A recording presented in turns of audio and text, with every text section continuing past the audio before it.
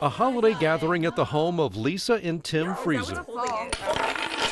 And in the living room, everyone is getting to know their newly adopted son, a 16-year-old named Samson. Because you have to understand, we've been married for 31 years. We don't have any kids, no pets, and we have a great life. We love our life.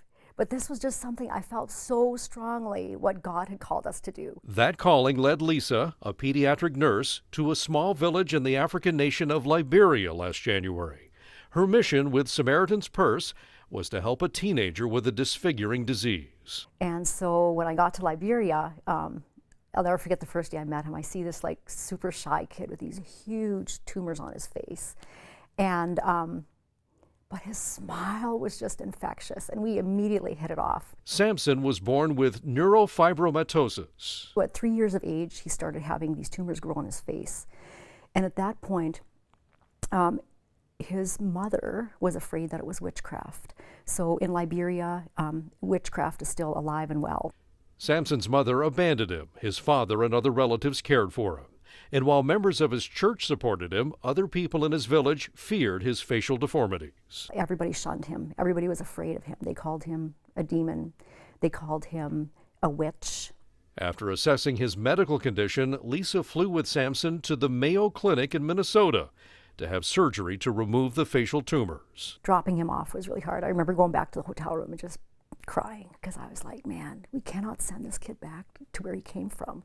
You know, I mean, we're not doing him any good if we do surgery and then we send him back to the same place he came from. Lisa came back to Alaska, and the Friesens made a big decision. They would adopt Samson and bring him to Alaska to start a new life. We just talked about it and prayed about it. Just came to the conclusion that was the right thing to do, and I believe it is. Samson arrived in his new home in late September, and the transition hasn't been all easy. You're 16 years old, you're leaving your old life behind, and even no matter how bad your old life has been, you still cling to some of those things because you feel like you've lost control of everything. How fast do you want it? But with love, patience, and faith, the Friesens are helping Samson grow into his new life.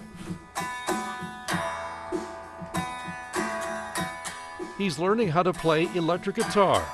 He's taken up cross-country skiing and even started his own online business, making and selling fuzzy flip-flops.